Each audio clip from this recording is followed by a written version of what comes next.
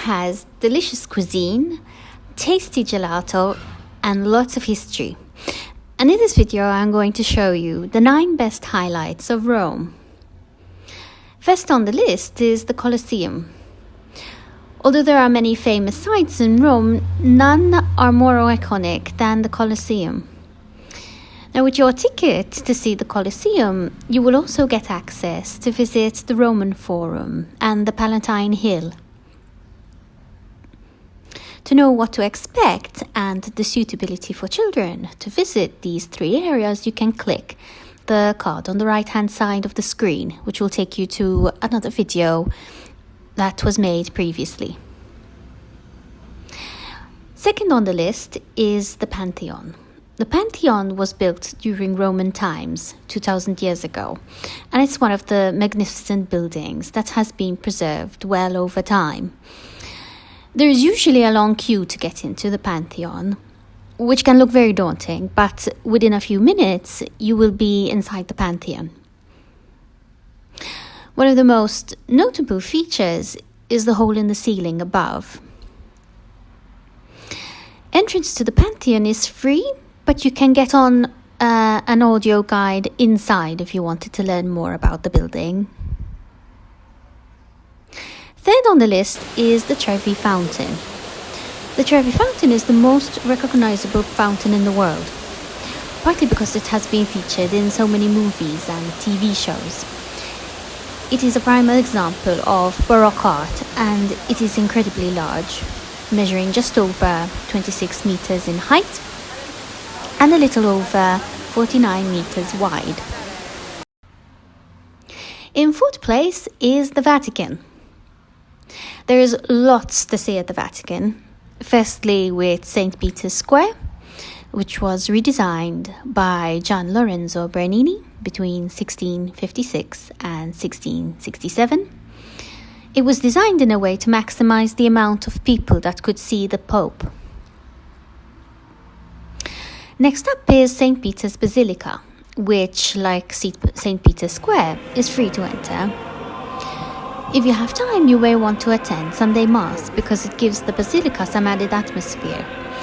In fact, at the moment you are hearing the music and singing from the time I attended.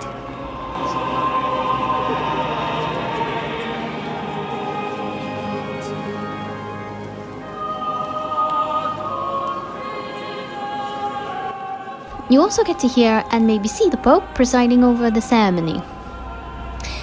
If you want to, you can go up to the dome of the Basilica to see the view of Rome at the top. Also at the Vatican are the Vatican Museums and the Sistine Chapel, which are a treasure trove of fine art. The interior of the building is also beautiful, and there are different rooms with different types of artworks like maps and tapestries, ancient Roman statues. There are also many frescoes at the Vatican, including 3 rooms painted by Raphael. There are some children's tours specifically set up at the Vatican, so if you'd like to learn more about these tours and see more about what there is at the Vatican, you can click the card on the top right of the screen.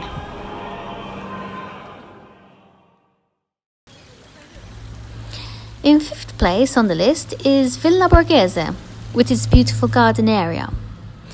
It's a perfect place for families with several things you can get up to here, including visiting the lake, renting bikes, or going on the tourist train and visiting the Borghese Gallery.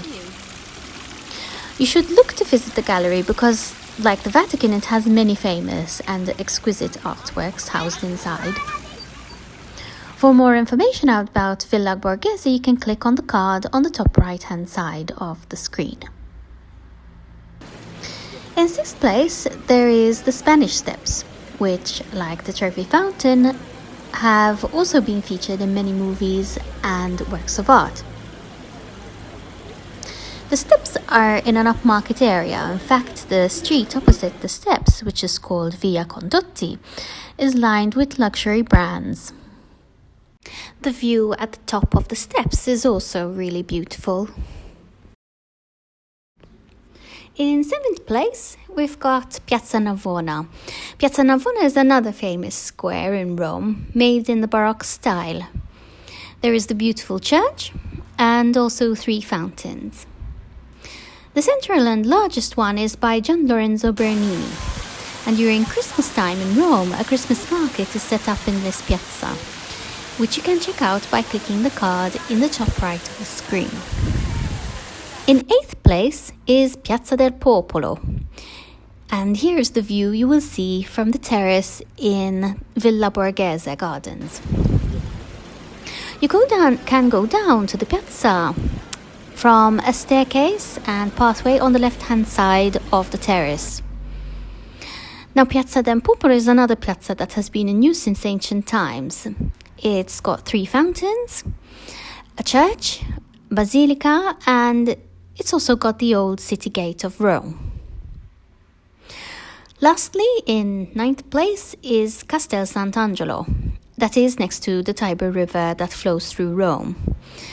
Originally, it was built by Emperor Hadrian in 135 AD as a mausoleum. But later, some popes made changes to it so that they were able to reside there and call it their home.